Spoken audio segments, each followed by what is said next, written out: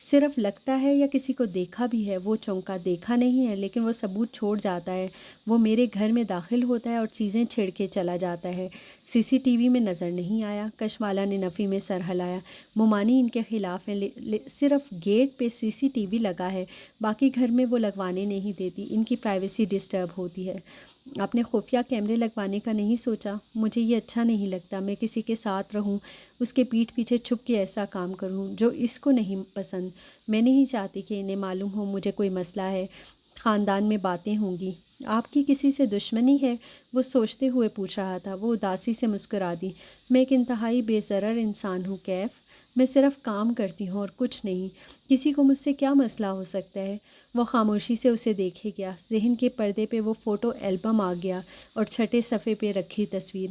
آپ کو خود کیا لگتا ہے کوئی آپ کے پیچھے کیوں پڑا ہوا ہے؟ کشمالہ نے کندھے اچکائے۔ شاید مجھے مارنے کے لیے، لیکن ابھی تک مارا نہیں ہے۔ وہ اس کی بات پہ چونکی۔ ہوں۔